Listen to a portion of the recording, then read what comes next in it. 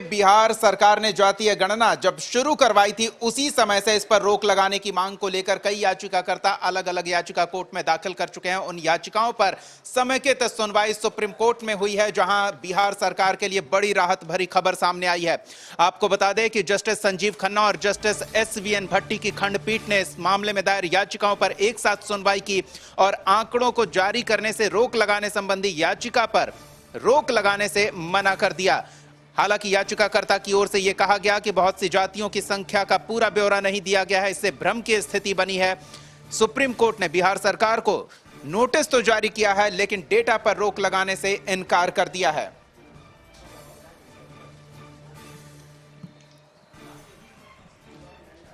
नहीं,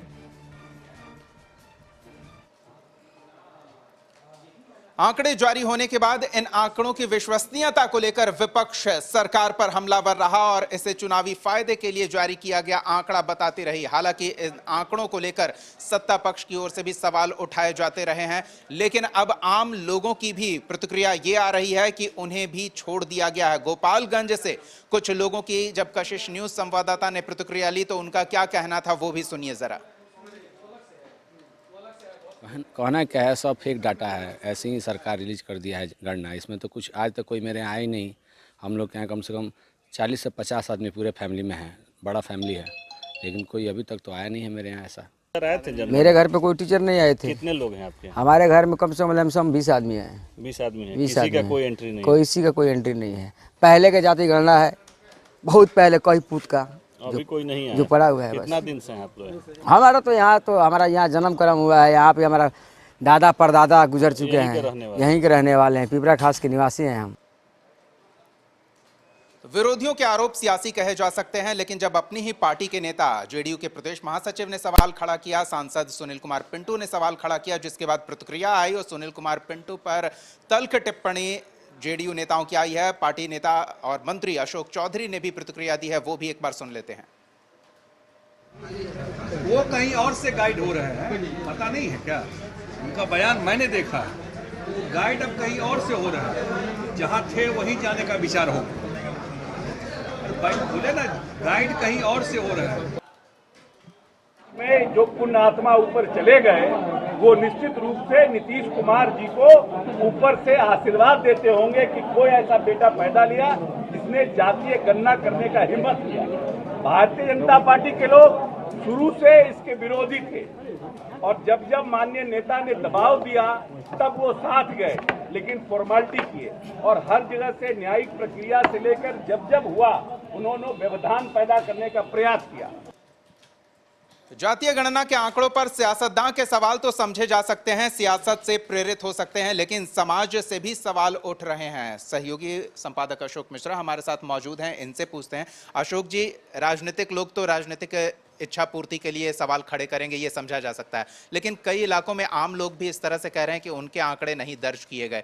किस तरह से देखा जाए अब इसे? देखिए, जातीय गणना को लेकर के राज्य सरकार ने जिस तरह से तैयारी की थी और इस बाबत आम जनता को जानकारी भी दी गई थी और राज्य सरकार जब यह मामला हाईकोर्ट में गया था तो राज्य सरकार ने दावा किया था कि पूरी की पूरी मशीनरी हमारी लग चुकी है और उसमें लगभग 80% से ज़्यादा काम हो चुके हैं।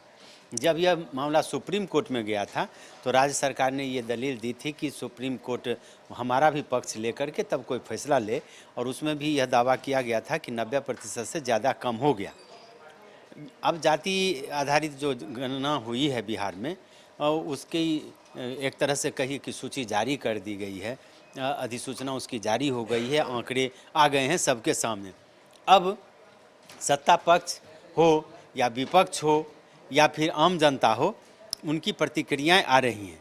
विपक्ष का काम ही है सरकार को कटघरे में खड़ा करना, और विपक्ष ने जो आशंका जाहिर की है वो आशंका मुख्यमंत्री आवास में जो बैठक हुई थी उसमें फिर से जाहिर कर दी है। जो जदयू के नेता हैं उनका जो आरोप है वो उन आरोपों को भी सिरे से खारिज नहीं किया जा सकता। लेकिन एक बात जान लीजिए दीपक, कि ये जातीय गणना की जो रिपोर्ट आई है तो जातीय राजनीति करने वाले जो भी नेता हैं उनको लग रहा है कि हमारी राजनीतिक ज़मीन खिसक रही है। चूँकि जब तक आंकड़े नहीं आए थे तब तक उनका दावा था कि हमारे समाज की और हमारे जाति का प्रतिशत ज़्यादा है और इसी का लाभ उठा करके वो राजनीतिक लाभ भी ले रहे थे और सत्ता में अपनी हिस्सेदारी भी ले रहे थे। अब ये जो आंकड़े आए हैं तो उनके हकीकत की पोल खुली है। इसमें क्या गड़बड़ी है इसकी तो जांच जब कराई जाएगी या फिर दूसरा कोई केंद्र सरकार यह सर्वेक्षण करेगी तभी पता चलेगा। फिलहाल ज़रूर कह सकते हैं कि विपक्षी दलों ने जो आपत्ति जाहिर की है उस आपत्ति का प्रतिफल ये है कि कहीं न कहीं इसकी विश्वसनीयता पर प्रश्न चिन्ह खड़ा हुआ है और आम जनता ने जिस तरह से अब कहना शुरू किया है कि जिनके ऊपर जातीय गणना कराने की जिम्मेदारी थी वो कर्मचारी या पदाधिकारी से उनकी मुलाकात नहीं हुई है, ऐसी परिस्थिति में सरकार आने वाले दिनों में इसकी जांच भी कराएगी। लेकिन जांच में जो हो, प्रतिक्रियाएं जो हों, लेकिन नीतीश ने जो जाति गणना करा के उसके आंकड़े जारी करवा दिए हैं, इससे साफ है कि नीतीश कुमार का जो मिशन था वो पूरा हो चुका है और कोई भी काम होने पर कहीं न कहीं उसमें कुछ न कुछ खामी रहती है। आप तो देख रहे हैं कि कई परीक्षाएं जब ली जाती हैं तो उसमें तो खामियां हुए, एरर मार्जिन हर चीज में रखते हैं। इसलिए इसको सिरे से खारिज करना भी विपक्षी दलों के लिए और आम लोगों के लिए संभव नहीं है, लेकिन इसको 100% स्वीकार करना भी उन लोगों के लिए नहीं संभव है, इसलिए कि जो जातीय राजनीति करने वाले नेता हैं उनकी हैसियत अब घटी है। जातीय आंकड़ों की अगर बात करें तो अगर उनकी जाति की संख्या कम होगी, स्वाभाविक है उनको राजनीतिक लाभ कम मिलेगा। इसलिए ये बातें अभी एक तरह से कहिए कि पब्लिक के डोमेन में, मीडिया के सामने आ रही हैं। आने वाले समय में देखा जाएगा कि इस पर सरकार का क्या कदम होता है और सरकार अगर जांच करवाती है तो सही आंकड़े कैसे आते हैं। फिलहाल कह सकते हैं कि नीतीश ने जो कहा था वो किया है और जातीय गणना की रिपोर्ट आने के बाद सभी दलों के अंदर और सभी जाति के नेताओं के भीतर खलबली मची हुई है।